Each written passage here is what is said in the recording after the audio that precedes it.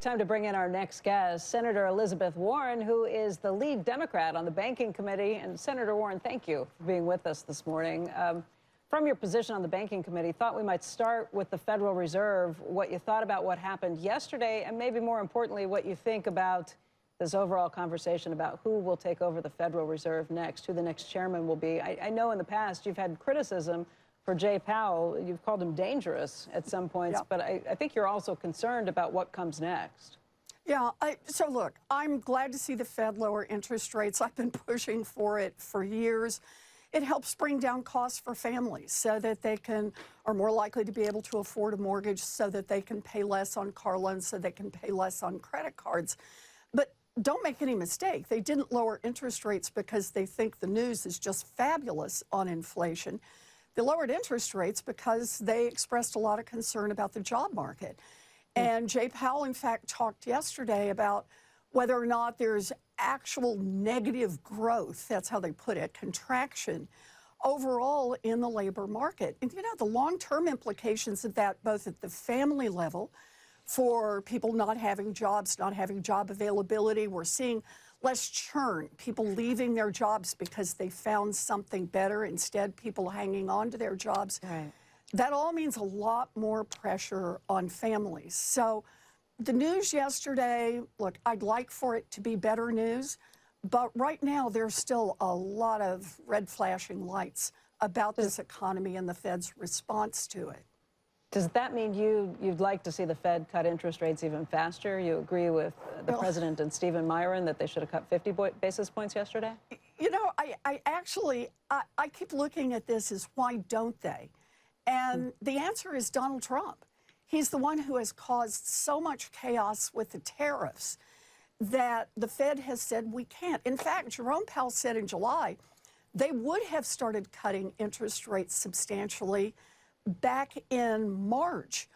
Only the president's work on the tariffs and the kind of economic chaos he was causing had caused them to delay and to delay and to delay. And another way to understand that is what the president's been doing on tariffs is not just a tax in the sense of driving prices up, it's a tax in the sense of keeping interest rates higher than they otherwise would be. But of course, that goes to the other question you asked, and that is about the independence of the Fed. You rightly point out, I have had no problem criticizing Jerome Powell when I think he's wrong, and I've thought he's been wrong a lot. But I think it's important to have an independent Fed, and that's something that's shared on both sides of the aisle. Republicans and Democrats have said that. If the president just turns around and puts his own guy in there, puts in a sock puppet, then one of the consequences of that is we will lose one more part of our economy that we've had literally for decades that keeps it working better because we've got a Fed that at least is making its best efforts to make decisions based independently on how they read the data, how they see the economy unfolding. And Donald Trump doesn't want that. He wants to be able to control it. So, for example, even if he's creating tariff chaos, he wants the Fed to juice the economy. And that's going to be a real problem. The three leading candidates at this part are Warsh and Kevin Warsh, Kevin Hassett, and Waller are the three leading candidates. Do you think any of them are sock puppets? Well, are you kidding? I mean, these are people. One of them works directly for the president. The president controls his job. He doesn't want to give that up. The president is looking for someone who will do his bidding. Now, I very much hope that Republicans will speak up about the dangers of having a Fed chairman who is controlled by the President of the United States. So far, the Republicans have spoken generally about independence of the Fed, but they've been willing to bend the knee to Donald Trump over and over. So I think this is going to be one more moment. Are Republicans really willing to stand up for the principles they say they believe in, like an independent Fed?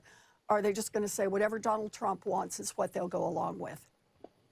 Kevin Hassett is the one who works directly for the president, but you think all three of them are equally? Look, I am most worried about Kevin Hassett. So when you say equally, no, I am not. They are not equal. Kevin Hassett is the biggest concern on that list because he has made clear that he will do whatever the president wants done. He will say whatever the president wants said. And that is the very definition of a sock puppet. I mean, I will tell you, Kevin Hassett's been on this program a long time. He himself said that he won't do, that he will maintain the independence of the Fed. That's what he said on the Sunday talk show circuit this weekend. Sure. Remind me when he last disagreed with Donald Trump publicly in any way whatsoever. I think since going into the administration, his job has been to come on and present the president's views. So I hear you on that. Right. He has not disagreed with him to this point. That's not common just to this administration. And I was going to say, Senator, that it's not just Kevin Hassett. I don't think you can find. It'd be hard pressed to find anyone who's willing to in the administration. But then But you know, that's maybe why Fed it's a matter. don't come from within the administration. But it happens. What happened in the Biden administration? I mean, you remember how many members of his administration said he's sharp as a tack? I mean, come on. Do you think that Jerome Powell wouldn't disagree with Joe Biden? I mean, No, I'm not talking. I'm talking about in general. In general, you do have people working for you and your president who, if they go off, if they're not going to agree with you, your job, and maybe more so with Donald Trump. We're not talking about Secretary of the Treasury, somebody who's part of the president's team.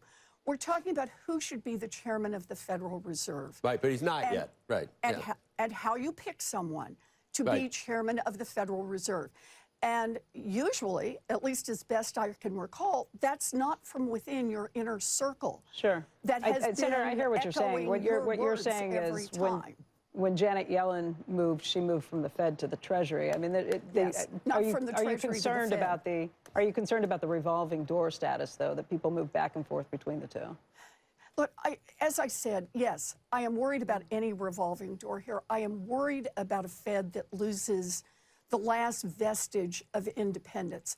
And the reason for that is that there is real value to our economy from having an independent Fed, from believing, whether you agree with them on monetary policy or not, from believing that they are making their best independent decisions about what would be good for the economy, that they are carefully evaluating every shred of data that they can get their hands on, and that they are not making decisions because the president would like to juice the economy to improve his popularity among the people. And I hear you. If we lose that, that costs everybody in this country. It's not just a throwaway, it matters.